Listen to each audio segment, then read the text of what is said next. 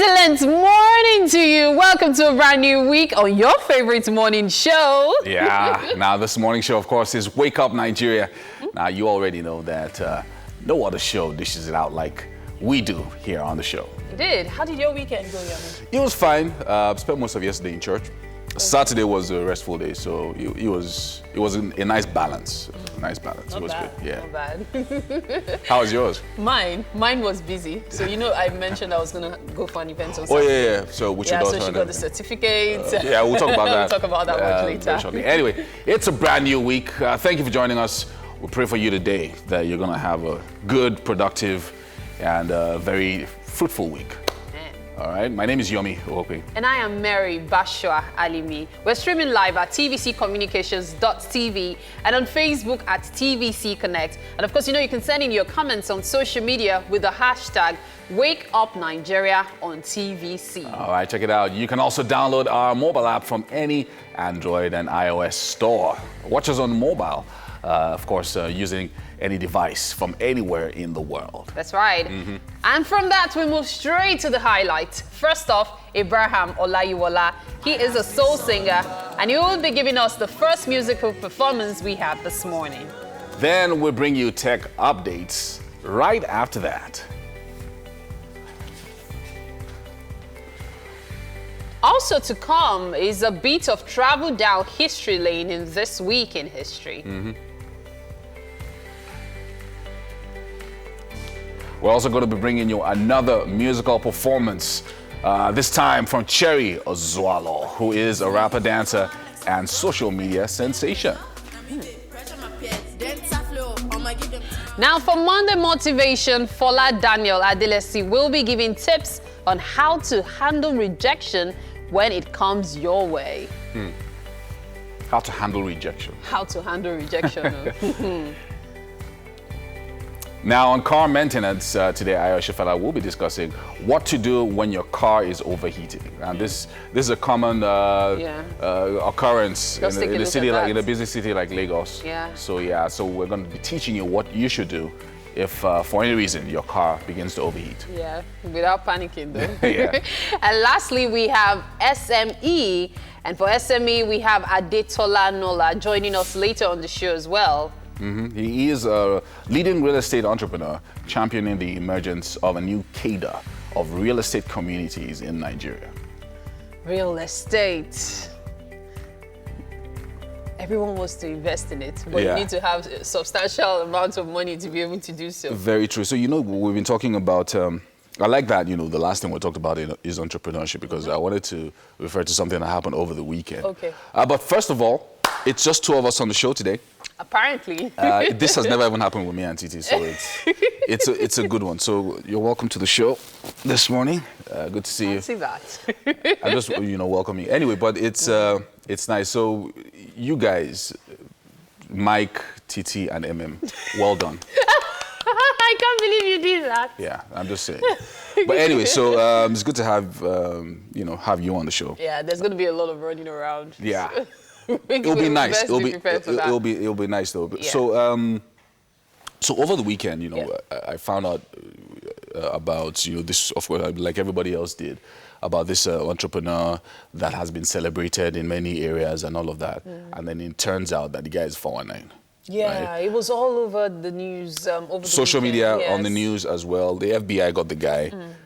$11 million. $11 million. First, that's the first thing that, before any other thing that, he's accused to have stolen. But $11 million, a 419 guy, celebrated on magazine covers and things like that. And several of the people that are, even Forbes under 30, so it's crazy when you see something like that. And the very fact that people were looking up to this guy as their mentor, yes. Their role model, and all of that, and then it turns out that most of what he has done has been a fraud and a lie. And it brings to question what we call wealth in the world today. I've always said it. Money is good, but money is not everything. And if you don't know the source of wealth, don't celebrate it. Like, I want to travel all over the world, but do I want to have something to do with money that is dubious? No. So I would rather jump my bus till I can afford to get a limo or get a good ride. Yeah. There's nothing like honesty. Work hard. And there's also need for us to celebrate people who are working hard, honestly. And that's why I really appreciate the SME series we do here. Yeah. We try to encourage those who are actually making an effort. Because it takes a lot. You have to pay bills. You have to do so many things to be a successful entrepreneur. I totally agree. I mean, there are several people who sometimes, when I watch all these short videos, people on stage talking about how they made it, how they were successful and all that long story. I always feel like there's a catch. Yes. There's something that they're not saying. Yes. Because a lot of times when you're an overnight success, over a 2-year period, or, you know, even on the major news networks, you see things like that, or African Voices, and then they bring a guy and who came from the US and suddenly made it. And how did he suddenly make it? Because even the scientists, they put in work. Those that are billionaires now, we're talking about them, like Bill Gates and co. They've put in a lot of work. You can see the track record. You can see the trajectory that, okay, this guy started from here, he grew over a 20-year period or a 10-year period. But somebody shows up 6 months later, he's a billionaire. You know, no. Ask questions. Yeah. Anyway. Ask questions. All right. With that, we head straight to the news. Ibrahim is on standby for us.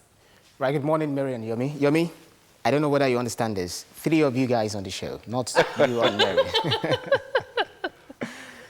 Okay, one of the 2 bridges linking Michika and Madagali local governments in Adamo Estates was destroyed some years back by Boko Haram. Now the remaining one has been damaged by heavy rains, leading to a shutdown of business. Michika Bridge links Adamo Estates to Borno and Cameroon. Our correspondent Olabi Adenusi compiled this report. Things are not looking good for residents of Michika and Madagali, 2 of the 7 local governments in northern Adamawa, overrun by Boko Haram 5 years ago.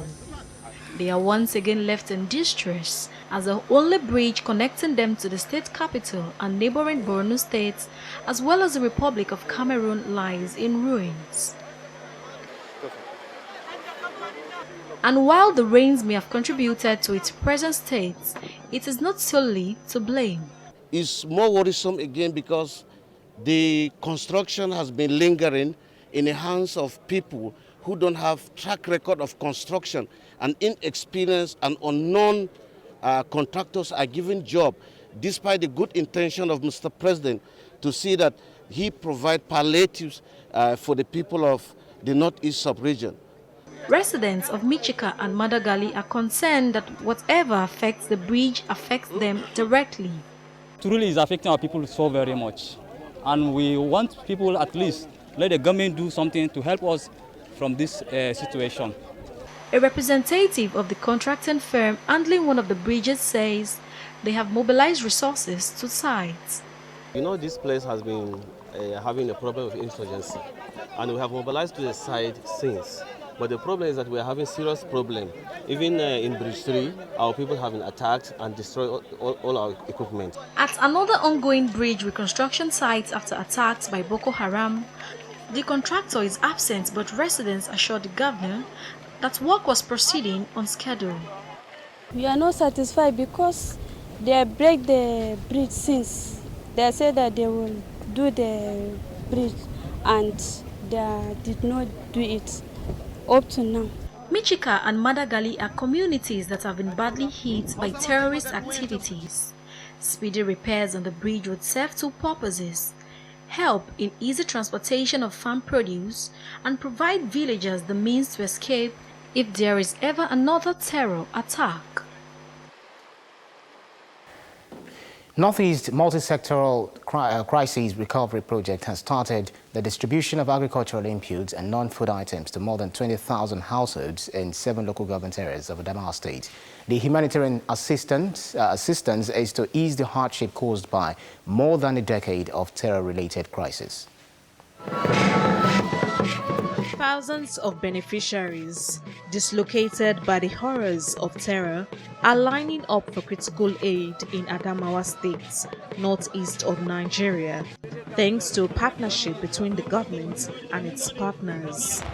The NEDC functions include the implementation and coordination of projects and programs within the Buhari plan for the rehabilitation and resettlement, reconciliation and reconstruction of sustainable development of the Northeast Zone in fields of infrastructure, human and social services, including health, education, water supply, agriculture, wealth creation, and employment opportunities. The provision of Maurice Bonuboki is the Adamawa project coordinator of the multi-sectoral projects. These are not the only interventions we're going to have in Michika. We're going to have other interventions coming in terms of non-agri-food kits, such as petty trading, such as tailoring, such as carpentry, and all other forms of soap-making, and others that will also alleviate the sufferings of the people of Michika. So these ones will come eventually in the next few weeks too.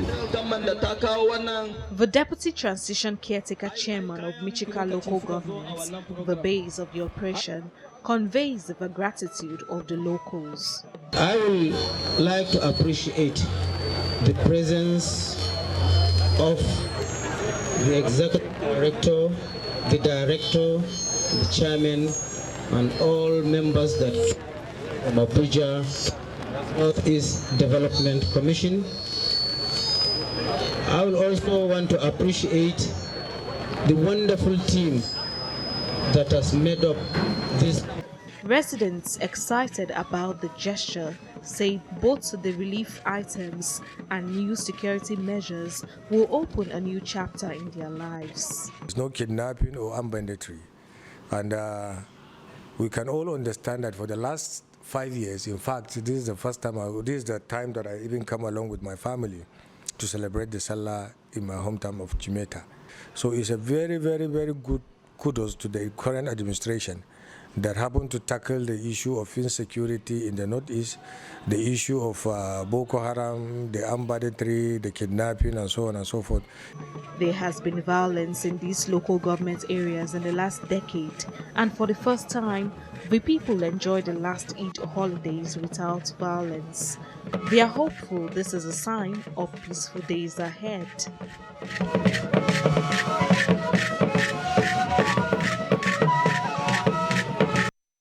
Now in Lagos, Governor Babajide Sanwo-Olu has announced the State Executive Council, which will be fully inaugurated on Tuesday. The governor says the swearing in of Commissioner and Special Advisor designate is in fulfillment of his campaign promise to inaugurate his cabinet within 90 days. He disclosed this while receiving members of the Association of Lagos State Retired Heads of Service and Permanent Secretaries. The ad hoc committee of the State House of Assembly concluded the screening of the cabinet nominees last Friday. That's it on the news update for this hour. We have to take this short break. Sports is next when we return.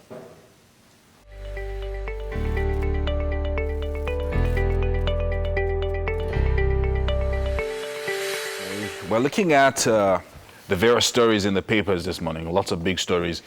Today is Monday, August 19th. 2019. We're starting with the Vanguard. Nigeria to spend 2.5 billion naira on 43 ministers, each minister to get 58.7 million naira. Earns 11.6 million naira a year. Severance pay, furniture allowance, 12.1 million.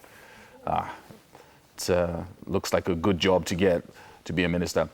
Many injured as Hausa Yoruba traders clash in Lagos. And a couple of other stories here. 2019 presidential poll, why Atiku wasn't declared winner. INEC tells Tribunal. That's a story at the bottom here. And Nasu Sanu begins strike today. Say it will be total. Wow. NNPC selects 15 consortia for oil sale products purchase deal. Let's go up here, a couple of other stories. Banks borrowing from CBN to hit 23 trillion naira by year end. Taraba police killing. Army captain engaged welder to remove cuffs on Wadume. Wow. And finally, IPOB's attack on Ekweremadu, warning to Igbo leaders, says Kanu. That's what we have on the cover of the Vanguard this Monday. All right, I have the Punch newspaper here. It says, fear spreads in flood-prone states as September rains loom. Lagos must prepare for heavy rainfall, flooding, says NEMA. 65 erosion sites threaten Abia. Cross River already flooded. That's scary. Buhari campaigner, 35 firms get crude for fuel contracts.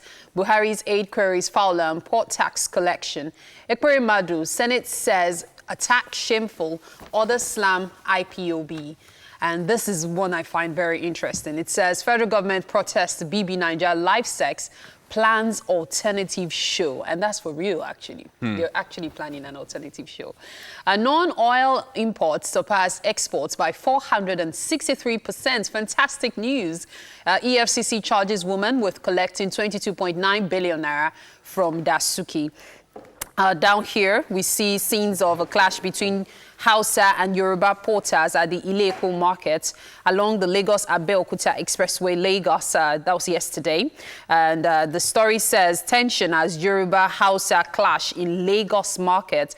You find the story on pages 4 and 5.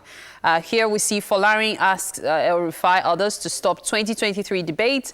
8 UI school pupils sue varsity over hijab. Police discovered decomposing body of Ogun farm worker.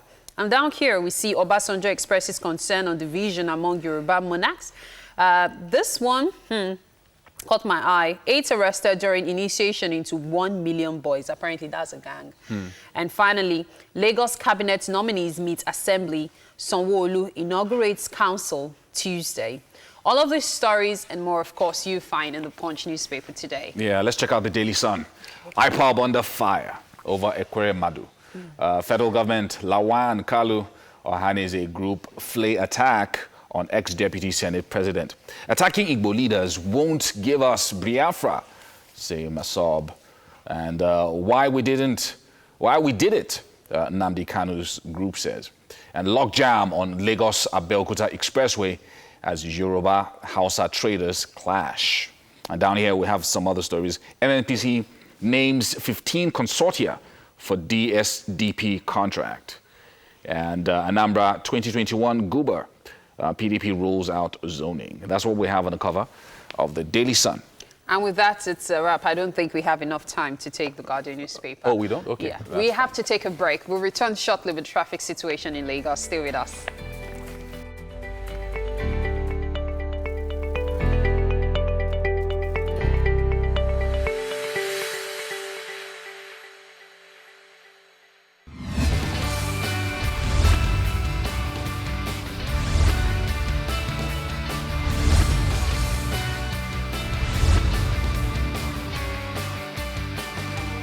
Thank you for staying tuned. It's time for Lagos traffic updates right here on Wake Up Nigeria. It's a joint effort this morning. Yomi and I will be giving us a bit differently. Yeah, now, so where are we starting from? We will start from Owuroshoki to Obalende, but before then, please note that this segment, you can be a part of it by sending a message on Instagram, on Facebook, or even Twitter to let us know what your traffic situation is and perhaps take a traffic selfie. And whatever you're sharing, remember to use the hashtag WakeUpNigeria on TVC. All right? So as I said, we'll take Owuroshoki to Obalende. Apparently, it would be best for you to take the Yaba access to connect to the 3rd Mainland Bridge this morning, because by so doing, you would be saving yourself up to 15 minutes. However, if you're already on the 3rd Mainland Bridge, or you prefer passing the 3rd Mainland Bridge, or you probably don't know how those routes work, then of course you should be ready to spend an extra 15 to 20 minutes, because the 3rd Mainland Bridge is on a bumper to fender business this morning. It's so bad that it starts even before you get to the Unilag area of the bridge. So it builds up and it goes all the way till you get to Obalende. Well, not necessarily. As soon as you get off the bridge, it seems like light traffic here, but then the light traffic eases out just after you pass the Osborne Bridge area, after which, of course, it builds up again. Then it deceptively eases out, especially when you're approaching that Etiosa to local government office. But don't be deceived, though, because before you even get to the other bridge, that's the Obalende side, the traffic has built up again, and it goes on like that until you get to the bottom of the bridge. Let's look at Ikorodu Road, the very long stretch of Ikorodu Road, starting all the way from K2, Mile 12, and all those areas. So, of course, it's Monday, so you expect that it is going to be heavy. So it's very heavy this morning. At various locations, long stretches are red this morning. Again, partly because of the construction that is ongoing at some portions of the road around Mile 12 and all of that. But after K2 Market is a little bit free. It's a little bit light, but it's still busy, but not too bad. And of course, when you then get to Total Petrol Station or Ojota Market, that is also quite tight right now. But right after Ojota, it's free. And so Tipa Garage, all of that is free flowing until you get to Maryland. Well, it's a little bit busy at Maryland, but actually for this time of the morning, Maryland is not so bad. For 6:30 in the morning, it's not so bad at all. And then along Ikorodu Road, it's generally free. Pockets of traffic at the major bus stops. So Palm Grove, Onikpan, Antony, all of that. You have those pockets of traffic along the highway. But, you know, as you go along, when you eventually get to all those areas after Ilupeji and all of that, it gets quite busy. So let's just take it easy as we go along today. So along Ikorodu Road right now, you'll do probably 30 minutes before you arrive in Yaba area. So just take it easy. It's quite busy. It's a Monday, so it's quite busy. Yeah. Okay, so just before I give my next update, I just want to take a look at a few tweets. This has to do with the island. I don't know how you got here this morning, but I heard Quilox is quite congested. Oh yeah, there was an accident. Oh boy. In front of Quilox. So I passed Quilox about 5 a.m., 5:15. Okay. So there had been an accident there. You know, it was a, you know, Somebody it was a luxury car, a white luxury car. So obviously it's probably a celebrity or something that owned it. But he ran into, I think it was coming out of Quilox, and somebody on the express ran into him. Oh boy. So it's pretty bad. Horrible. Okay, so this says outside Quilox Club on Ozumbambadiwe VI, traffic diverted to other lanes. So if there's still traffic around there, that's why. And so you probably prepare yourself from the beginning to go on another lane. Exactly. Cement inward Mangoro on route Ile-Zik, very busy. Sule Junction also affected. And again on Quilox area, this says traffic towards Admiralty Toll Plaza diverted. That's around the boulevard of VI there. That's Ozumbambadiwe. So if you're around that area, please drive carefully. Be patient. Look for alternative routes. Yes, and be considerate of other road users. So back to the updates. I'm taking Ile-Epo bus stop to Oshodi Bridge right now.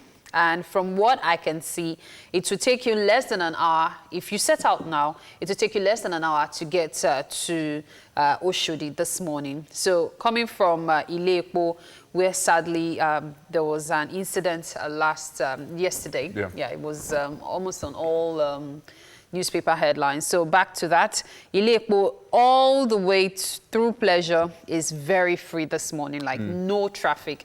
But as you are passing, the moment you go past Pleasure bus stop, the traffic builds up, then it becomes bumper to fender at some point, lightens up, but not free, until you get to Yanokpaja. Okay, so when you get to Yanokpaja, as soon as you go past the bridge, it's free flowing, continues that way until you are approaching Dokpemu axis. So as soon as you pass Iyano, you encounter traffic. The traffic is just light, and it continues that way till you get past the Dokpemu bridge. So there's nothing to fear. However, when you pass Dokpemu bridge, it's free flowing until you get to the Ben Auto area, where it's light traffic again, and then free flowing through Idimangoro side.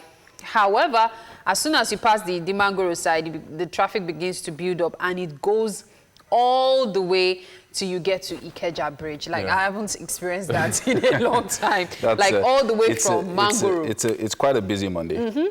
Normally, it starts from Ile-Zik, but this is huge. Like, it's a lot of traffic. But don't worry, as soon as you can pass Ikeja access, it's free flowing till you get to Oshodi. All right, so coffee gist. You know, there's a bunch of things that happened over the weekend. It's just lots of very things. different things. Something happened over in Germany with the former Deputy Senate President. Something happened along the Abeokuta Express, Lagos Abeokuta Expressway. So I mean, let's start with that because that incident is quite dangerous. Very dangerous. Why it's quite dangerous is because it's between two major tribes, the Igbos and the Yorubas and the Hausas. And I think people just need to learn to be more tolerant. So if there's a fight between two people, it might be related to business. So sometimes it might not be a tribe thing or a religion thing. It might just be, okay, we're quarreling over business. And if something then happens, people then take up the fight. This is how fight starts. And then people are joining a fight that they don't know how it even began. So tolerance is really, really important. It's very important. When you have clashes I read the story. It was really scary. Apparently, a Hausa porter, I hate to use tribes to describe things, but a Hausa porter was pushing goods for a customer. And in the process, somehow hits a Yoruba guy. Yoruba guy is like, what's the meaning of this? Now, his first reaction might be like, what? Didn't you watch where you're going? Exactly. And then from there, it escalated. They fought. It ended there. The Yoruba guy went his way. Apparently, he's also a market guy. The Hausa guy, too, went his way. Some onlookers, so to speak. You can see, you know. Some onlookers now inform somebody that it shall go to the Hausa community. And then he came with, you know, you understand what I'm saying? Nice Somebody arrows. else's fight. Yeah. Remember what I said when I saw the arrows? I was like, Yomi, people still use arrows. You know, so I think it's very instructive. Yes. You know, just because before you know it, you're hearing in other locations, maybe even outside Lagos, people are fighting, and then they don't really know why they are fighting. They just say, Yoruba and, you know, Hausa clash, and then it escalates. Let's not have that. Let's try and nip it in the bud, stop it, and end that. What else happened over the weekend? Okay, so over the weekend, for me, I was even telling you about over the weekend. So something really insane happened to me yesterday. I was struggling to decide whether or not to attend a particular event. You know me and events now. Eventually, I had to because I knew when the guy started his career and he was doing his album listening party. So I got there, spent like 45 minutes at the event, decided to leave. That was the beginning of the woes. Why? So I couldn't get a cab. It was like the cabs had gone on strike. I couldn't get a bike. What time was it? This was about 7:30. I don't know what happened. In the evening? In the evening. But that's not that late. Okay. So when I realized that I was going to be on my own, I now finally found my way to the bus stop. Shout out to this lady that I didn't even ask her name, who stood by me till I got a bus. So I was looking for a bus to a particular place, and I hate free rides. I'm always feeling uncomfortable. And then she tells me, it's only private vehicles that take people to the mainland. And I was like, From that location. That was even what made me leave the Lekki, Koito, Link Bridge area. And it was still the same thing at the bus stop. So I eventually... Okay, you were on that Link Bridge. Oh, yes. So buses don't really I took a bus back to the gate. Got to the bus stop, finally got a cab. And then this guy tells me to get down. We could have started our own word too. For these two outside guys, because they were two, and I was just one person. And I was like, I'm not getting that. And he's like, it's my ride. So really, okay. So I got up. And I was like, God, when will I leave this place? And it was already past 8. And guess what? I was looking for a bus to a particular location to link me to my neighborhood. A bus going to my neighborhood just arrived. And it was just one seat. And nobody else hustled it, because if they hustle seats, I usually have an issue with struggling. I just majestically boarded that bus like praise Mary, God. you need to organize a car and a driver. I'm giving you an ultimatum. Car and driver. In the next 3 months, let's organize that for you so that all these issues will finally be resolved.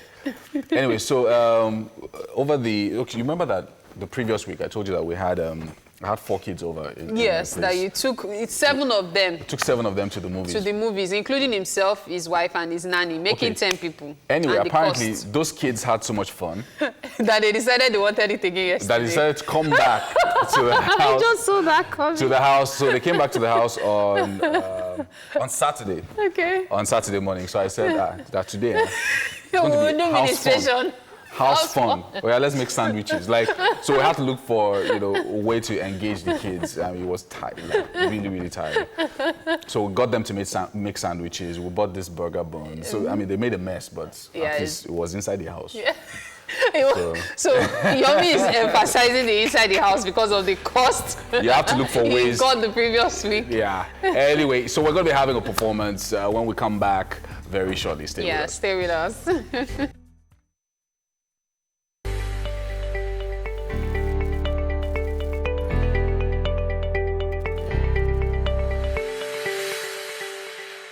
All right, welcome again. It's still Wake Up Nigeria, and it's time for our first performance for today.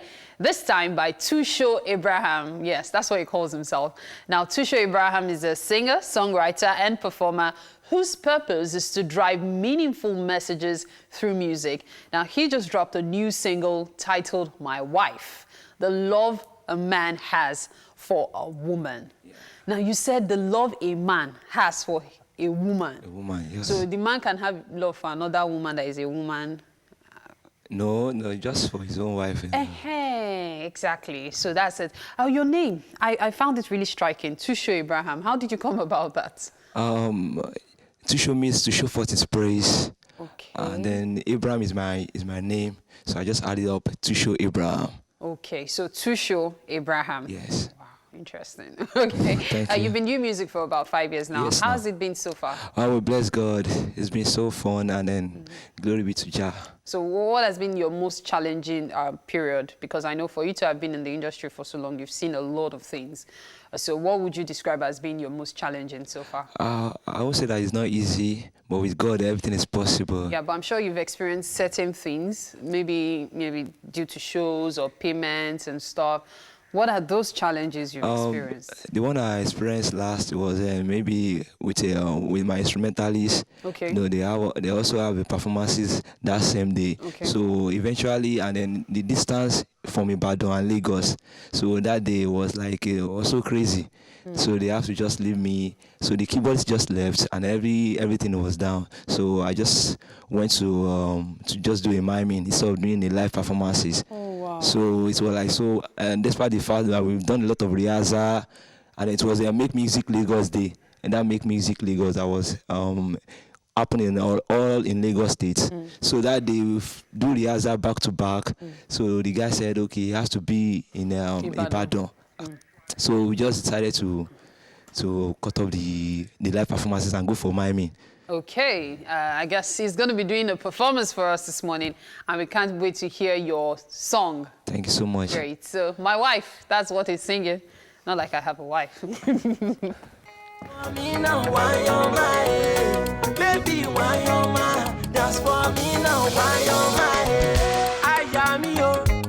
I want you to be my home. Baby, me, oh. You go Bambechi for me, oh. We go travel, go overseas. Sweet baby. Well done. Very nice. Very nice. Love that song. I think I'm going to make it one of my, put it on my playlist for this month of August. Anyway, it's time for us to go into tech news. And first up, we have YouTube, which is changing how it handles copyright claims. Now, I know YouTube video creators would be happy for this update. Now, so YouTube is changing how it handles copyright claims around brief or unintentional clips of music in an attempt to make the system fairer for video creators. However, YouTube warns that the changes could lead to more videos being blocked entirely. So you have to be careful when using YouTube. But anyway, creators on YouTube have increasingly struggled with record labels claiming copyright on their videos when snippets of the music appear in the background, like from the radio of a car passing by. Now, YouTube's new rules don't stop these claims from happening, but they attempt to discourage the claims by removing a key incentive for copyright holders, which is the ability to make money. Now, when a copyright claim is manually filed for very short clips of music that is unintentionally playing in the background of a video clip, the rights holder will no longer be allowed to earn money from ads placed on the video. So instead, they'll have to choose between leaving the video up at blocking the creator from making money or blocking the video entirely. Now, the new rules apply to audio copyright claims only, so short clips of videos aren't covered. Now, we know it's not a perfect solution, but YouTube's hope is by removing the ability to make money from these tiny snippets or accidental clips, record labels will spend less time searching them out and instead just choose to leave creators alone. Leave creators alone, let them get creative. Anyway, the trouble is there's no guarantee that that will happen. Record labels could keep up the pressure but choose to block the videos entirely. So wow, that's I think it's a good one. But you know, for young, especially young content creators on YouTube, you know, don't stifle them. Don't stifle them. I'm talking to the record labels now. Anyway, now straight to British Airways, which is testing VR headsets for first-class passengers. It's just always exciting to fly first class. Now, plane travel can be a hassle and panic-inducing experience, but passengers who get anxious around takeoff may have a new option to calm those nerves. British Airways announced that it is testing out virtual reality headsets for the rest of this year on flights between London's Heathrow and New York City's JFK Airport. Now, the airline is tapping skylights for the VR headsets that will be available for its first-class passengers. I want to fly first class. The Allo Sky hardware can present 3D views even when the viewer is lying flat. Now, as far as programming, British Airways will have options. The VR headsets will offer visual entertainment in 2D, 3D, or 360 formats. Imagine watching Lion King on this thing. Now, the airline will also provide more therapeutic programs to help people who have a fear of flying. Now, these VR experiences include guided meditation and sound therapy. Just imagine you're watching your pastor, you know, like you're in a church service in a VR, using a VR device while you're on a plane. Now, this marks the first time British Airways is bringing virtual reality on aircrafts, and I think it's really, really absolutely exciting and very, very nice. And hopefully maybe that's what's going to be the norm in a few years. Anyway, so that's it for the tech updates for all you techies out there. Things are really, really changing and technology is moving really, really fast. Get your kids involved as well. Now, we have finished the first hour of Wake Up Nigeria. We're going to be back with the second hour right after this.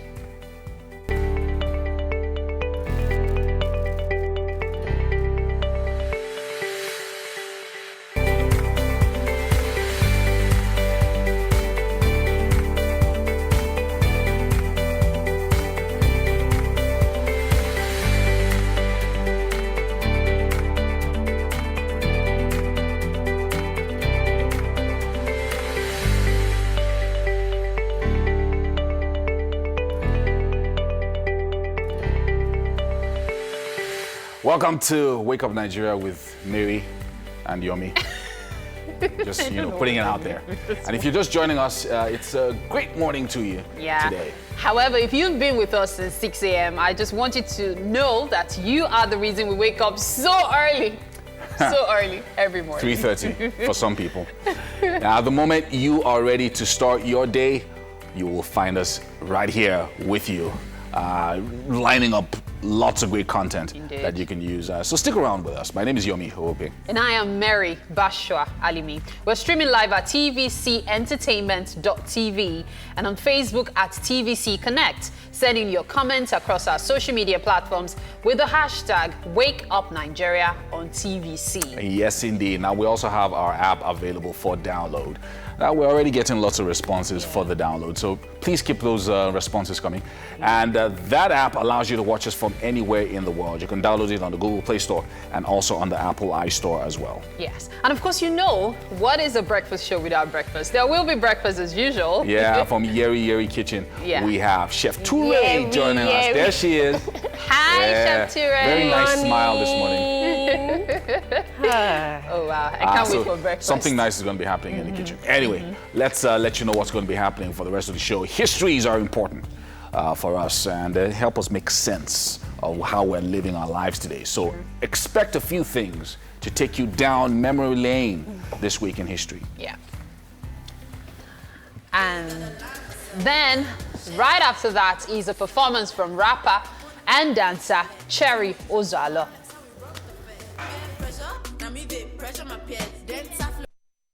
If you have a hard time dealing with rejection, Fola Daniel Adelesi will be here to talk about that on Monday Motivation. How to deal with Rejection. that email that says no.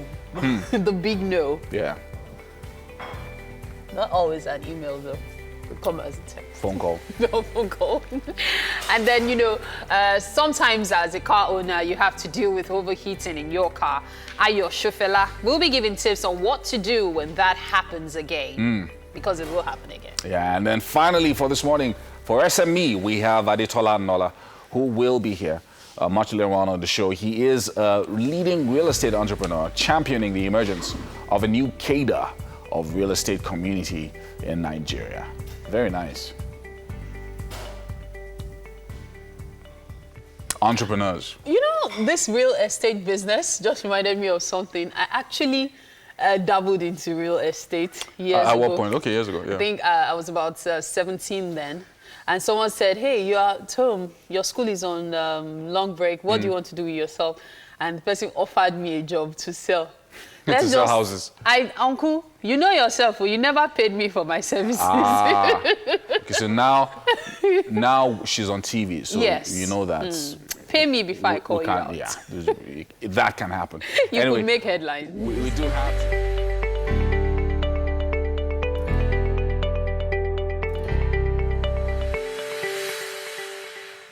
All right, all those activities in the garden this morning. And we're about to stock up on everything we've lost this morning because Chef Ture is going to do something really exciting. Welcome to the kitchen right here on Wake Up Nigeria. We're already on the road and it's with Chef Ture of Yeri Yeri Kitchen. Hello. Aha. Okay, so what are we making today? Yeah, we're making homemade pasta and sauce. Homemade pasta. Just like spaghetti, fettuccine, and all of that. The ingredients are on your screen right now. You'd see egg, rodo, salt, onions, flour, semovita, dry pepper, seasoning salt, and of course fresh tomatoes. Let's run through them physically. Yeah, this is curry leaf just for garnishing. This is our pepper, rodo, and tomato. This is our minced for the sauce. Our vegetable oil. For the sauce as well? Yes. Then this pepper, salt. This is just pepper? Yes, yes. Okay. For the pasta, our eggs and seasoning for the sauce as well. And this is our semovita and flour. So why basically, are we using semovita flour? Semovita and flour. So we are mixing both of them? We are mixing both of them together to get this, our regular pasta. The reason why some people don't like getting the ready-made pasta is because of it is too starchy. So when you're making this by yourself, it's hygienic and it tastes good and tastes better than the regular Well, we pasta. will tell you if it really tastes better. Definitely it's going to taste better. Yeah. Definitely. Okay. So how did you achieve this? Okay, so I mixed my flour and the flour and both the flour. Yes, I mixed them together and I added pepper. I don't know, Yoruba girl. I love pepper. Okay. You added pepper into... Not too peppery, but I added little pepper inside my mixture. And I added salt as well to give it taste and egg. Okay, so there's egg in this? There is egg in this. Okay, so what are we doing next? Because you did this earlier. Yes, I did it earlier. So show us how you achieved that. Okay. I'm used to the machine for shredding. Yes, it's not everybody that has machine. Okay. So for those that don't have the machine, and you think, I won't be able to make pasta at home. So it's pretty easy. Yes. That's fantastic. You just have to clean. I've kneaded it very well, so it's very soft. Kneading takes a long time. No, it doesn't take time. Are you sure? It doesn't take time. Like how long? 30 minutes. But there's a kneading machine, Sha. No kneading machine is your hand. Your hand is the machine. There's kneading machine now. No. There is. I'm pretty sure there is. Oh. So I'm just giving scope to anybody who is trying to be an inventor. That's, But I'm pretty sure I've seen one. I'm pretty sure. Okay, so we'll continue with this. And of course, we'll cut them into strips to achieve that. And by the time we get back, we would have started boiling our pasta and getting ready to make our sauce. However, it's time for us to take this break. Stay with us. There's much more when we return.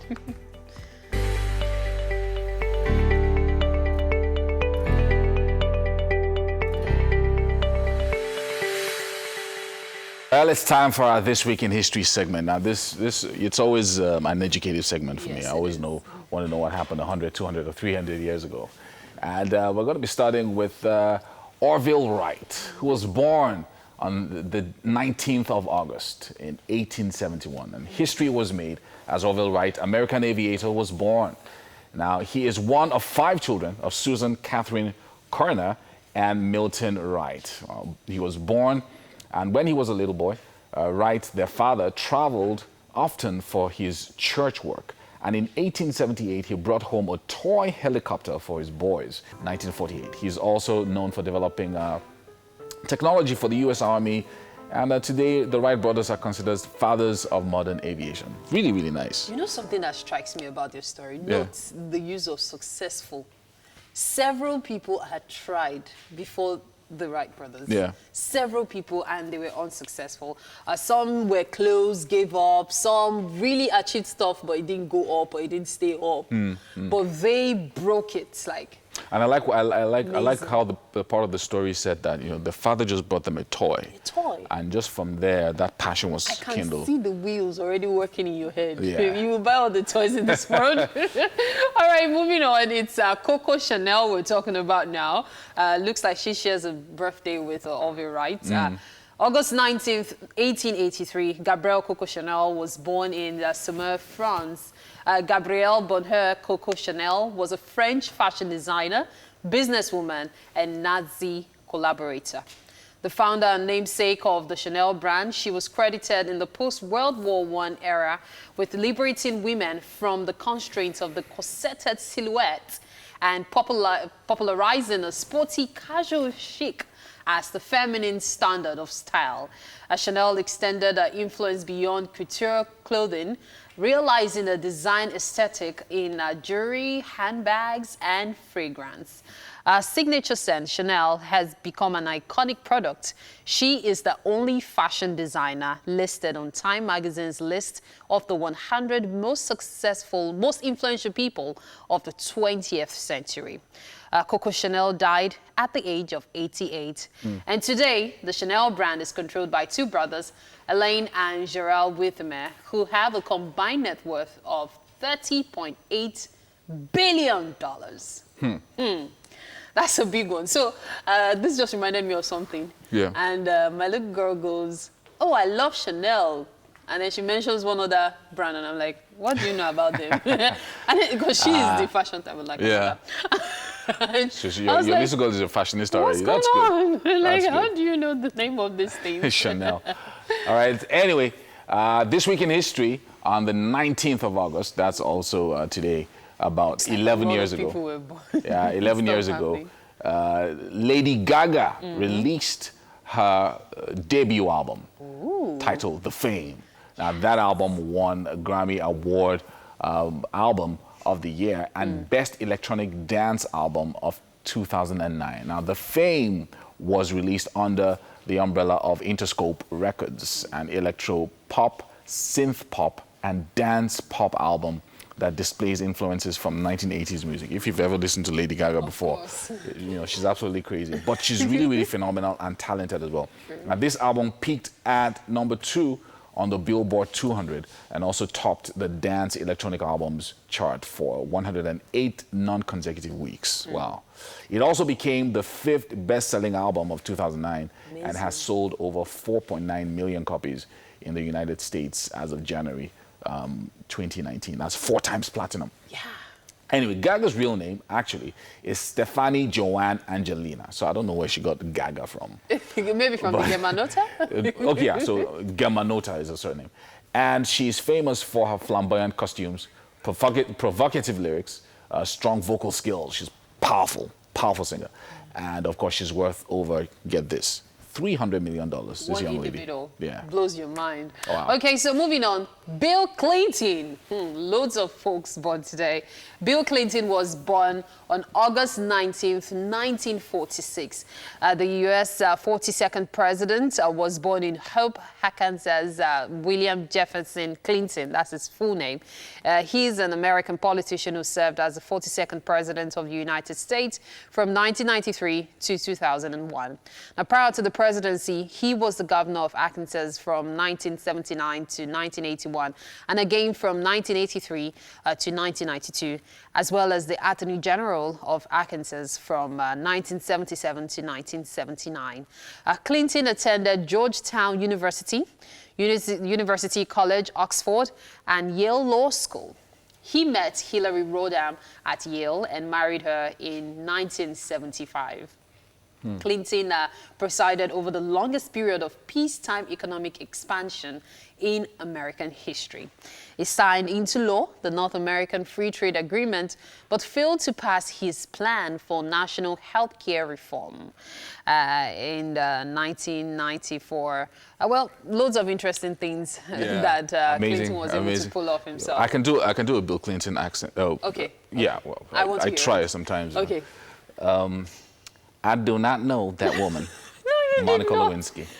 I do not know her. And I know who he's talking about.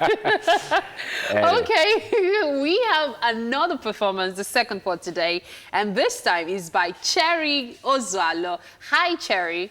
Now, Cherry is a Nigerian rapper and dancer who has 3 studio songs to her credit. Oh my, okay.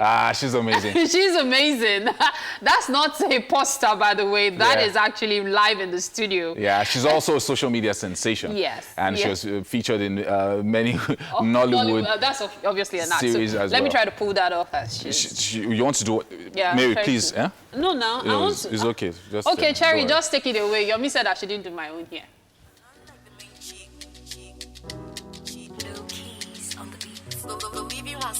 I be the good girl and the real bad chick. I learn like the main chick. Flying colors like a set of Versace. If you fall sick, call me Cherry. I be the main boss chick. Hola, I got a main stick. I be the good girl and the real bad chick. I be the good girl and the real bad chick. I be the good girl and the real bad chick. I be the good girl and the real bad chick. Chick, oh, Cherry. I learn like the main chick. Low keys on the beat. Now we're going to be talking to Cherry in a few minutes. That's right after this break when we get back. Oh, yeah.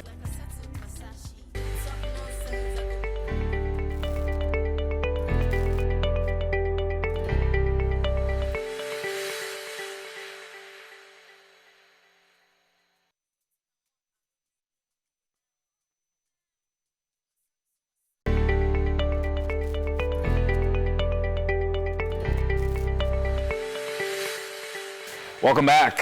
How about a little bit of Monday motivation for you today?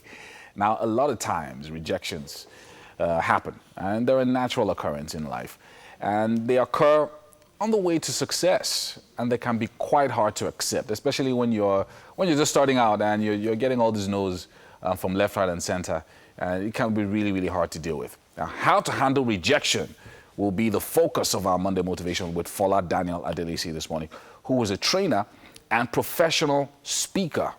And he's also an author and a blogger as well. Good to have you join us. Rejection is a big deal. True.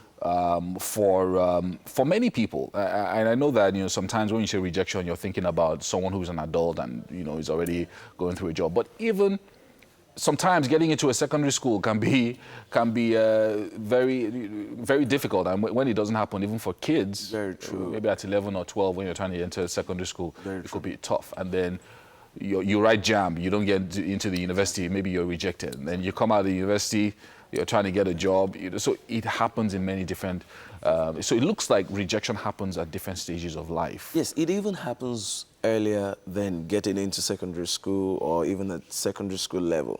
You find that, for example, at a very tender age, you find the child who is speaking very fast and you find the other child who is not speaking quickly, and the parent seems to make the one who is speaking things quickly the favorite in the family.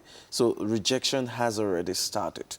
But at whatever level that rejection is starting, the first thing you must note is to not allow rejection become the definition of who you are. Don't let rejection become the definition of who you are. If somebody doesn't like what you do, how you do it, when you do it, or the way you do it, it doesn't mean that what you're doing is not good. It doesn't mean that you are not good. For example, somebody says you didn't pass WAEC, and the only thing is that you didn't pass it this year. it doesn't mean that you don't have the capacity to pass it or that you can pass it the next year. We've had people, in our own days, we've had people who wrote JAM like 4 times, 5 times. So when you get into the university and, you know, you're feeling like, oh, you did it and stuff like that, and some big bros in the class wants to wash you. He say, oh boy, go and sit down. How many times you write JAM? Yeah. He say, you write JAM only once you enter school. He say, I wrote JAM 4 times, and you're like, are you kidding me? Yeah. And you know, it happened. But the good part was that they didn't give up. Now, that's what the message we have to pass across. There are times when it may not happen the first time. It may not happen the second time. And many of us are used to getting things done the first time and getting the results the first time. So if you're the kind of person that gets the result the first time, the second time, it becomes difficult to handle rejection when it happens. And rejection will happen for some people early in life, so they understand how to handle it later. Rejection may not happen for some people early in life, so they don't understand how to handle it when it eventually happens. But most importantly, prepare your mind. There will be root shocks along the line. I like you know what you're saying about, you know, it happening sometimes. People aren't used to it. Yes. In other areas, there are some other people who maybe they've been successful in one area, and they then encounter another area, and then they discover there's a setback. There's a setback. Yeah. They discover rejection in this area, and they don't really know how to handle it because they've always been used to success. Yeah. Now, one of the things I want to do on the show today is how to deal with such rejection circumstances when they do occur. The first thing is take a look at a situation where someone grows up in a family where there's a lot of money and you get things done with money. Then you get to a particular situation and you realize that money is not able to fix the problem. At that point, the person is frustrated, the person is flustered, and you're thinking, you've been able to do so much with money. How come money can't fix this one? What you have to learn is that you first of all calm down. You don't judge yourself by that result that you're not able to get in that situation immediately. You first of all ask yourself questions. What are the other ways around these things? Is this about the issue on ground, or is it about me? In other words, is it that I'm not good enough, or is it that I am not prepared enough for these things? Is this something I'm even supposed to be doing? If it's something you're not supposed to be doing and you have rejections, it's easy, just step away. But if it is something that you're supposed to be doing, then you need to start asking questions. How should I be doing this thing? Or how is it done? One of the things that, you know, I'm sure that people watching now and they're asking themselves is, there are some people who, they've gotten used to rejection and they don't expect anything good. So I've applied for a visa 10 times. And all the 10 times I've been declined. In fact, maybe I've done 5 countries in Europe. I've done America, Canada, all of them have stamp. So my passport is looking like a mutilated piece of property. How do I deal? How do I, you're sitting here and I'm saying to myself that I'm a failure, and I'm thinking, what's my next step? What's my next move? Having encountered rejection for so long. If you've encountered rejection, the first thing is to check yourself first and ask yourself what your purpose is, what you're supposed to be doing, or what you really want to do. Now, if you're sure that this is what you really want to do, then you must not accept all those rejections as a final verdict on your capacity. Once you don't take it as a final verdict on your capacity, you have to keep reinventing yourself to be able to get the desired result. For example, if men have rejected you all the time, or if women have rejected you all the time, do you just give up on marriage? Most people don't. They keep trying again. If you try the first time, you're not able to have a child, do you just give up on having children? No, most people don't. For 20 years, people keep trying to have a child. For 30 years, people keep trying to have a child. Now, some people try to travel abroad, and it's not able to work. But you know what are the things I've noticed?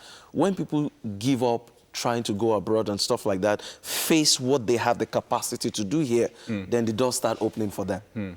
So you may want to look inwards, call it introspection. What are the things that you have the capacity to do?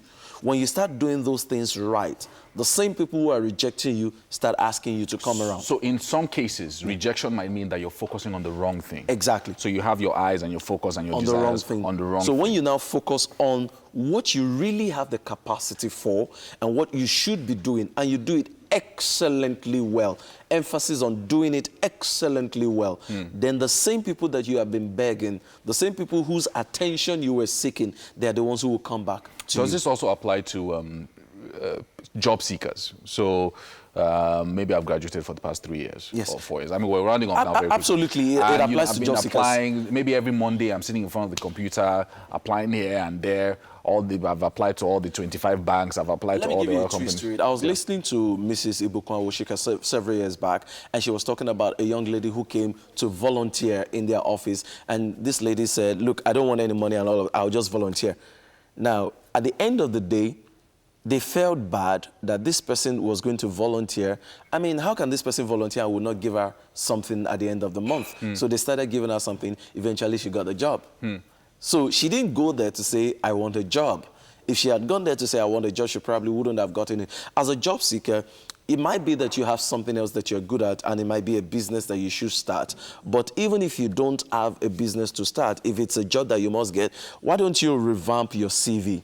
Look at the way you're doing it. And one of the things, when it comes to employability, one of the things I keep telling people is don't apply for every job. You're doing yourself a great disservice when you keep applying for every job. Carve a niche. Let your CV, let your resume reflect a niche. If you're a communications person, apply for jobs strictly in the communications industry. If you're a PR person, go strictly for PR. If you're in adverts, go for... So that way you narrow your search, even on LinkedIn and other platforms. So don't handle rejection as a final verdict on your personality or capacity. Yeah, Faladande Adilisi, thank you for joining us this morning. Thank you. And I know that you started going into this career talk because I know that's one of the things that you also like to do as well. But thank you. You're dealing with rejection. So go out there and do something great this new week. Some Monday motivation for you. Let's head back to the kitchen where Mary and Chef Ture. Thank you very much, Yomi. There's no rejecting today's breakfast. We're having pasta, homemade pasta. And as you can see, Chef Ture is all done with the cutting up. But before we start cooking the pasta, we want to make the sauce. So, Chef Ture, yay! The sauce has already started. Yeah. Just oil and onions, right? Yes, ma'am. Okay. This seems like a simple process. It's a very simple process. Like pretty simple. It's what we do every day. Okay. So the only thing that makes it unique is from your kitchen. So that's why it's unique. Okay, so we're going to let that cook for how long? Let's just say 5 minutes. So the sour taste. You know, sometimes tomato is always tasting sour. Okay. So it's going to get rid of it. And when it fries, well, we are going to add a beef. 5 minutes, then we add the beef, right? Then seasoning. Okay. And our sauce is ready. Okay. So we'll start boiling our pasta by then. Okay. All right. So while we go on with that, take a look at your screen now. You'll see the ingredients for today's dish. Talking about homemade pasta and fish sauce. Is it fish sauce? I think it's Yeri sauce more like. She's always up to stuff. Okay, so we are making use of egg, rodo, salt. We also have flour. Now, 2 types of flour, the regular flour, right? Yes, and semovita. Okay. Semovita flour. And then, of course, onions, seasoning cubes. I already mentioned salt. Pepper as well. Both the dry one and the fresh one. Pepper. So we're not making use of all the fresh pepper. It's not necessary. No, it's not necessary. So. Okay. Fantastic. So run us through the process of making this again before we put it in the water to boil. Okay. How long will it take to boil, by the way? Let's just say 5 minutes. If the water has boiled, so you just dip it in and you'd even see it yourself that, okay, this is... It cooks faster because it's homemade. Homemade. Aha. It's not that starchy that it start boiling up and... Okay. No. Okay. So run us through the process again. Okay, so we mix... We still have this one. We don't really need this. Yeah, those are the extras. Yes. These are the ones we'll cut into shapes. Yes. Why are you hiding it? I want to cut it into a shape. I don't want to give you. That's why I'm hiding it. I will do second. I'll use this for the second. Okay, so we have our flour. We have our semovita flour as well. Okay. And we mixed it together. We added our salt to it to give it taste and our pepper as a proud Yoruba girl. Yes, pepper. And we added our egg and little vegetable oil. So, assuming we still have... let's just say this is the dough. Okay. So you just have to like mix it properly. You need like it. keep kneading it. Yeah, you keep kneading it. Then when we do that, you're going to use your rolling pin to stretch it, so it's going to be flat for you to be able to cut it. The reason why I used the rolling pin and I used my handmade machine myself is because not everybody has the machine, but the machine, the machine make it more like easier, thinner, smoother, and all finer. of that, and yeah, more good looking. Okay, so the boiling of the water, though, we just put it when inside, the the water is fully boiled, like very, you add your salt and vegetable oil, so it won't stick together. Then you add your pasta. Okay, so you know what they say about the end result.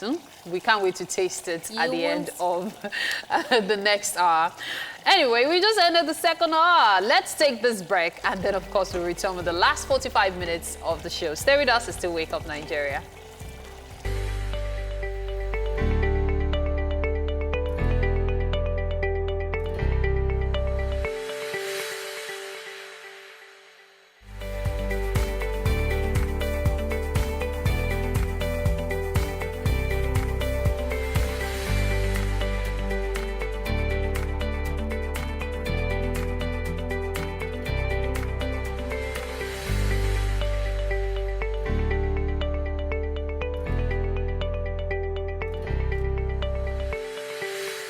Welcome again. It's still Wake Up Nigeria. Monday mornings are never boring on the show. No, they're never boring. And we all need a dose of fun on Mondays. That is why we're here. You know, as the local way, that is why we are here.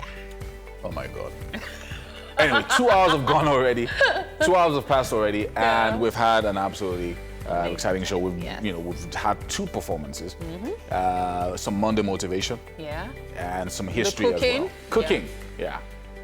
Yeah, and that's why you need to tune in. My name is Mary Bashwa Alimi. And I'm Yomi Okwe. Now stream with us live right now on tvcentertainment.tv. That's the website you need to check out. And also on Facebook as well at TVC Connect. Send in your comments using the hashtag WakeUpNigeria on TVC. And just so you know, the TVC app is available for download at both Android and iOS stores. The app allows you to watch us from anywhere you may be right now in the world. Yeah. So guess what's going to be happening for the rest of the show? We have just about 45 minutes left now. Ayo Shofela will be joining us and focusing on overheating cars. If your car is overheating, what should you do? You know, especially in the rainy season like this, when you're stuck in traffic, things can get really hot. Yeah. Then it's on to SME, where we'll have Adetola Nola join us to talk to us about his business. Adetola is a leading real estate entrepreneur championing the emergence of a new cadre of real estate community in Nigeria. Of course, we still have Cherry in the building. Yes, we're going to be having a conversation with her. And of course, she gave us a performance earlier. Yeah. And so lots of stuff. I mean, we still have a full final hour to go. Yeah, indeed we do. Okay, so I was going to tell you the things happening today. Today is International Orangutan Day. Orangutan. Yeah. Today is Photography Day. Okay. Yeah, so as if you're much a big as possible, fan of photography, take photographs. Yeah. Tag us. Yeah, I mean. Yes. Hashtag Wake Up Nigeria on TVC. World Photography Day. Okay. Yeah, today is Potato Day.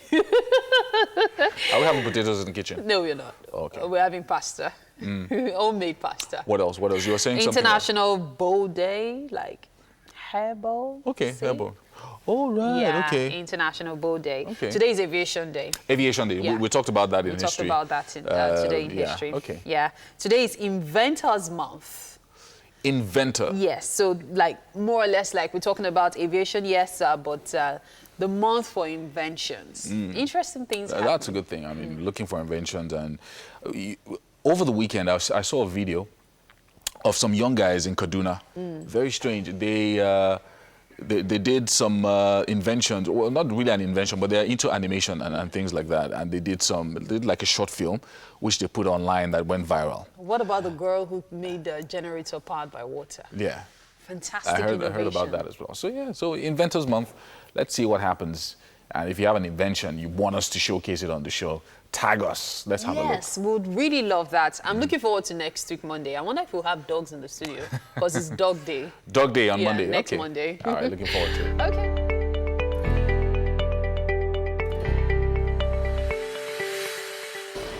All right, so we're here in the outdoors. You know, Mondays are for doing stuff about cars, and Irish Fella is going to be joining us today. We're talking about overheating.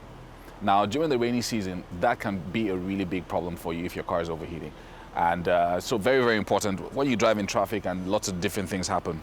Good morning. It's almost like overheating can happen anytime. And thank you so much for joining us, Ayo, So today. overheating is like one of the major problems car owners face, and it gets worse during the rainy season. One of the reasons why that happens is you go through a lot of flood, a lot of dirty water, and this area is open. This is the grill. So a lot of dirt accumulates on the surface of the radiator itself, which clogs it up. Because I've always wondered why, when it's colder, that's when you run a higher risk of overheating the car, especially during the rainy season. Something like rainy that, season, yes, but when it's colder, shouldn't really have anything. The major reason why rainy season and overheating go hand in hand is because of the kind of the floods and the environment where floods and a lot of dirt in the water and everything. So it accumulates on the surface of the radiator. Sometimes even the condenser works for the AC. So you have people tell you that it's only when I put my AC on the car starts overheating. That's because the surface is already blocked. It can't release the heat to the environment anymore. So you have that. Then another reason why the car would overheat is the radiator cap. Wow. So the radiator cap itself can make the car overheat. Exactly. Now I'm going to open this and you can see this. This is springy. Okay. Now that spring goes bad over time, just like every other part on the car. It goes bad over time, and you have a case where it's not able to hold the pressure of the radiator That's anymore. this spring here that you're talking about. You see it, it springs. So that will go bad, and then it can no longer hold the pressure. So you find that if even the slightest of pressure will push that spring, and then the water starts passing these holes and going back out. The reservoir fills up and starts overflowing. So that can also cause overheating. So just little things like that. Very tiny things. Sometimes it's a case of there's a small leakage somewhere which you as a car owner cannot see. And then the water goes down or the coolant goes down, the car starts overheating. The fan also plays a major role. When the fan is not functioning the way it should, sometimes it's blowing. You see car owners telling, but my fan is running, it's blowing, but it's not blowing at optimum speed. So that can also cause overheating as well. Exactly. Right, so these are some of the major things. So apart from things that affect the cooling system, so of course, obviously, I mean, when the car overheats, it's the cooling. That means it's not sufficiently cooling. Exactly. So are there any other aspects of the car, maybe something to do with the engine or any other thing that can cause overheating? There's one rare one. The brakes. It's very rare, but it happens. When your brakes start binding, brake binding means that the brakes are holding the car down. So you find that people don't really know it's holding down. It just seems like the car is hesitating and you're forcing it. That will put a strain on the engine. That can cause the engine to overheat. So when the engine is strained, it can overheat it can cause it to as well. overheat. Okay, so let's go to solutions. We don't have much time. So if I'm on a Thurmilan Bridge or on Ikorodu Road, lots of traffic, and suddenly I discover that temperature is going up. What do I do? Like, what's the first aid solution, even if I don't know what the problem is at the time? Just pull over and park. Park first. Find a safe place to park the car, turn the engine off. Okay. Then you can now start trying to do your own minor checking to see if it's overheating, or if it's overheating, it's going to be very obvious. The bonnet area is going to be very, very hot. Sometimes you have steam coming out. So if it's overheating, just let it cool down. Do not pour water at that moment. So let it cool a little bit, just park the car and leave it. Exactly. Those first few minutes. Then what next? Then when you're going to pour water, make sure it's ordinary water. I see people buying cold pure water to pour in. That can damage your engine. So very important. Ordinary water, room temperature water is what you put in. And once you've done that, you start it and make sure it runs for a while before you start driving. If possible, call your mechanic, because some engines require bleeding. When the water has dried up in it, it requires that you bleed the air that has passed through it already. If not, it will overheat again. Right. Okay, but there are some people who, the car is overheating, they park the car, open the radiator and discover that there's still water in there, but it's overheating? You're not supposed to open it immediately. Yeah, I'm just saying that maybe after you allow it to cool a little bit and you discover that there's still fluid or water inside it, what do you do at that point? If you discover there's water in it, then you need to have your mechanic come around, because you will not be able to check things like your fan, things like a hose. And most of the time, when it overheats that badly, the water will dry up. It does that very quickly. Okay, so to dry up. It's only when it's just started that you can still find water there. And at that point, you need to call your mechanic in. Okay, so these things are really, really important. There are people who maybe they're driving over a long distance and they discover that, okay, this is not a safe area. Maybe I should just stop for a few minutes because I'm still going far. So they allow the car cool a little bit and then they start driving again. So do you do that? Would you advise that I do that maybe over a long period of time? Maybe trying to get home. At least let me just get the car home. You can risk it to get the car home. The worst thing that will happen to that car is you have to change the head gaskets. If you know your life is a danger or it's a very dangerous spot, risk it home. Because your life is more important than the car. Right. But if you are in a place where you have people around and you can easily get access to water, stop and do it. So the first solution always is water. So let it cool out a little bit, open the radiator, pour some water in it, and then after that start looking for a mechanic to help you do the other things. Wow. Okay. Now, so what's the typical time that you would wait? So if you park your car and it's been overheating, maybe you're in traffic and finally you find a place to park, how long should you wait before touching the radiator cap? I would say 10 minutes. 10 minutes? Yes. So 10 minutes is long enough, because I've seen where someone, a 1993 Honda, somebody waited a little bit, maybe like 5 minutes, and opened it, and then the water splashed up in there. It's too low. 10 minutes is low, but as at 10 minutes, if you open it slightly, the steam would, all the pressure in the radiator would have gone down. Especially if it's one that has a hose here. Yeah. The steam would have, or the pressure would have started going down, so you are still on a safe thing. I think one thing somebody has also advised is that if you have a rag, use a rag to cover it so that you can hold it down and then it doesn't splash into your face. If a car is overheating right now, I can personally open it at that moment because I already know how to go about it. Yeah. But as a car owner, I would advise just wait 10 minutes first before 10 minutes is a good time to wait before you attempt to open it. Wow, excellent. So you've taught us a few things today. I didn't know that your radiator cap could cause your car to overheat when it begins to weaken. Exactly. So very important. It's one of the things that you should check and probably change it regularly, maybe once every few years. Once a year, once every 2 years is fine. Okay. Wow, thank you so much, Ayesha Fela, for joining us. We're heading over back into the studio where Mary is on standby with Cherry, who gave us a performance earlier. All right, interesting stuff going on there, overheating talk. And talking about turning up the heat, I'm about to do so because I'm about to have a conversation with this fantastic lady right here. How are you doing today? I'm good, thank Okay, you. so you gave us this mesmerizing performance earlier with your legs in the air, main chick, I believe. Yeah, main chick. So with your leg in the air, and then you did a lot of acrobatic stuff and all. And I was like, whoa, interesting. What is the motivation? You dance so well. How do you come about that? First, I think, I think it's inborn, and I believe everybody is a star. It's just to find where your star shines the most. Okay, so your star shines the most when you're dancing. I'm like happy. I'm in a happy place when I'm dancing. Okay, is that coming from your grandmom? Because your grandmom used to be a dancer. A dancer? Yeah. Well, I was told. Okay. As an adult, I never met her. Okay. So I was told that my grandmother was a public dancer. Okay. And she danced at occasions and all of that. So I guess that's where I got that from. It's very likely, very likely.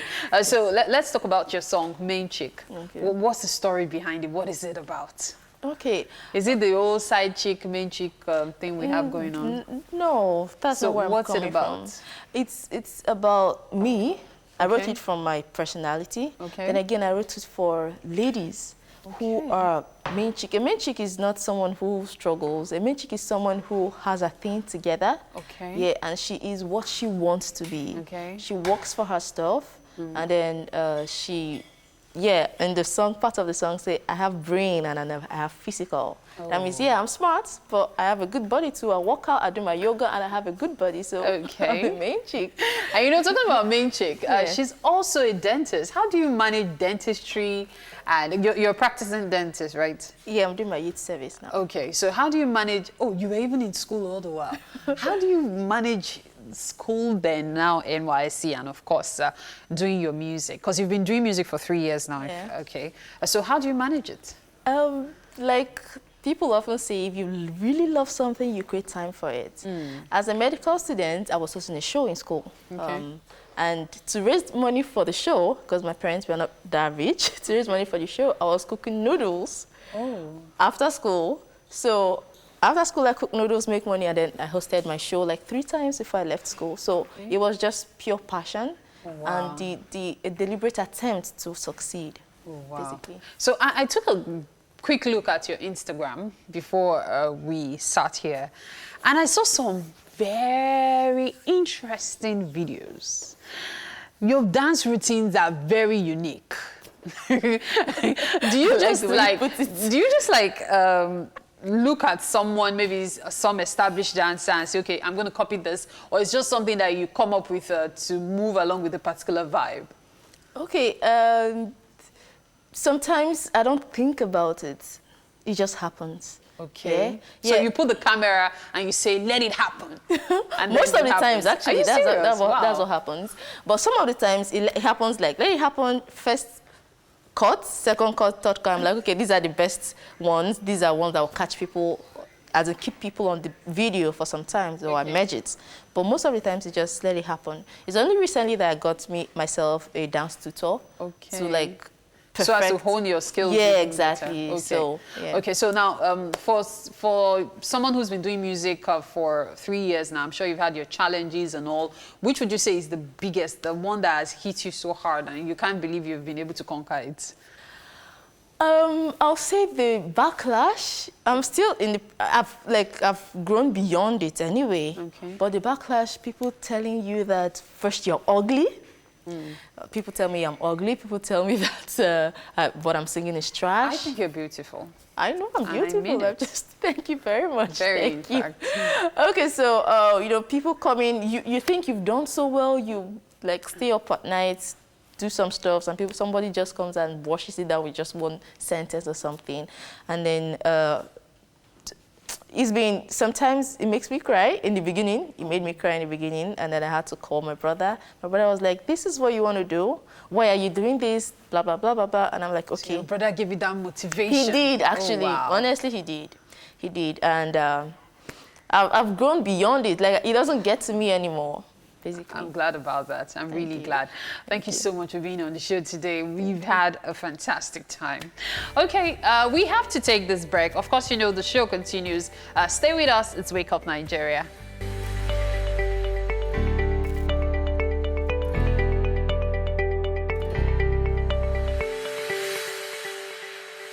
Welcome back. Adetola Nola is a leading real estate entrepreneur, championing the emergence of a new cadre of real estate community comprising of consultants, developers, and consumers as well. Now, he is the leader of Veritas Homes and Properties, one of the fastest rising real estate firms in Nigeria. He has over 10 years experience in the real estate marketing, investment, and blogging, and has built credible real estate solutions cutting across property, sales, advisory services, and land acquisition and property development. Now, he is quoted on Forbes under 30 successful entrepreneurs. Wow, that's amazing. And he's joining us this morning on our SME segment. How are you doing, sir? Very fine. Good to have you join us. Real estate, it looks like a popular area nowadays in Nigeria. Over the past few years, we've seen like a resurgence of the real estate sector. But for entrepreneurs, new people entering the industry, it might still be very challenging. But how have you been able to navigate? So let's go back maybe a few years when you first started. Tell us your journey. Yeah, like you said, it's a popular story, but then it's been challenging, especially venturing into the business from starting from nothing. Because I've always said that we started from, we didn't take loans, we didn't take debts. We started from nothing, from the grassroots. How long ago did you start? How long ago did you start? Yeah, 7 years ago. 7 years, okay. 7 years ago. Well, actually, our first development was 4 years ago. The Star City project, you know, that was sold out in 6 months, less than 6 months. Yeah. So what we've managed to do is combining multi-level marketing with real estate, you know, MLM. It used to be a kind of marketing way to sell manufactured products, you know, others, toothpaste, all of those. Yeah. But we combine it with real estate. We have, I think we had like 5,000 consultants then. Wow. Now we have over 12,000. You have 12,000 consultants that sell properties for you all around Nigeria. That's amazing. Now it's a 7-year journey, and sometimes when the journey of an entrepreneur is up and down. You know, everybody has their own horror stories, but you know, you started 7 years ago. You said you didn't take any loans. And then, of course, you infuse a number of things and ideas like multi-level marketing and all of that. But for you, what were your early learning curves in the business? Because, you know, sometimes, okay, maybe you've worked for another firm before, and now you're starting out on your own. But what were the things that you learned early that, okay, this is how to do this business, this is how to go about this, and this is what not to do? Is that right? So I think I learned earlier not to take debt to start the business. You know, I mean, you can take debt to expand, but not to start with. So when we started, I can remember this story that I always tell people. We went to meet the owner of the property that we were going to develop at first and tell them that, listen, we have money that we're going to pay you, but we don't want to give you now because we don't know the genuinity of the land. You know, we're going to pay you in 3 months. We didn't have anything, I'll tell you. And I think we had just 1.5 million naira. I sold my car and I got 1.5. So we rented an office space in Lekki, you know. So we said, oh, let us take possession of the land by putting billboard on the land. And then, you know, we have our investors coming into Nigeria. We're going to pay you in 3 months. So what we did was, you know, we started selling even before buying the property. So we went to straight off Lekki, VI, Ikoyi with boys, sharing flyers, selling vigorously. And then for the first, I remember one of the lawyer of the family that sold the property to us then said, listen, after 2 months, if you don't bring us our money, back then it was 68 million, if I can remember. If you don't give us our money, we'll remove your signboard. And we tell people that these people are fraudsters, 419. You know, so for the first 6 weeks, we didn't sell one. Wow, 6 weeks. For 6 weeks. We didn't sell anything. So you were obviously now looking like a fraud because you hadn't sold anything. Because and they have not seen your foreign investors that were coming. Do you understand? So, but we kept pushing, you know, persistency. I would like to say the 6 weeks was like the toughest period of my life. You know, we won't sleep. We won't sleep. We would pray. We'll wake up in the morning. I remember I had just one lady working with me then, just the secretary. And then I was the accountant, the HR. Of course, I mean, so it was just two of you starting out. I'll take people to side, I'll come back to see the deals and stuff. And, you know, it was difficult. But so after the 6 weeks, there must have been a curve there, you know, like a tipping point. So after the 6 weeks, till now, I won't lie to you, I don't really know what I think we did differently. Maybe it was the doggedness that we put, you know, into the work and stuff. We did not do anything differently, but after the 6 weeks, we just noticed that, you know, it was another curve, and then we sold out the property in less than 4 months. Wow. You know, this is 60 acres. 60 acres land. That's like 200 and something. You sold out sold out the land, and then of course you got your first bit of profit. We got the funds. You know, we renovated the money to the owners of the property, and then we used orders for that. That's how we started. We used the other money for other businesses. That's amazing. So one of the lessons that I'm learning from you today, and I'm hoping that entrepreneurs watching this morning, is the persistence. The fact that you said, look, let's do this. We have just 6 weeks. They're going to call us frauds. So we have to make this happen. So it's almost like you didn't give yourself options. Yeah, no options. We just had to, we just wanted to make it. So one of the mistakes that I think that entrepreneurs do, even not in real estate alone, other businesses, that they produce before knowing how to sell. They already have the product. They already have, you know. I feel you can do it when you've mastered the game. Yeah. When right now, I can buy property knowing that, oh, I don't even want to sell this year. I want to sell it next 2 years. That's because I know how to sell it already. But then it would have been very dangerous for, even if we had the money, we wouldn't have bought then, because we didn't, it was our first project. We're going to make mistake. It's better to make mistake with not our own property, not something that we've invested so much in. So we made all the mistakes, we corrected some, we're able to tweak 1 or 2 things. And so learning how to sell is one of the key things as an entrepreneur that you need to pay attention to, and not just your product, because sometimes people just want to focus on the product themselves and then they discover that it's not moving. They're beautiful product that will not just sell. People say, oh really, this is a wonderful product, this is wonderful stuff, but are they going to buy, are they going to pay for it? No, So you want to know what people actually need.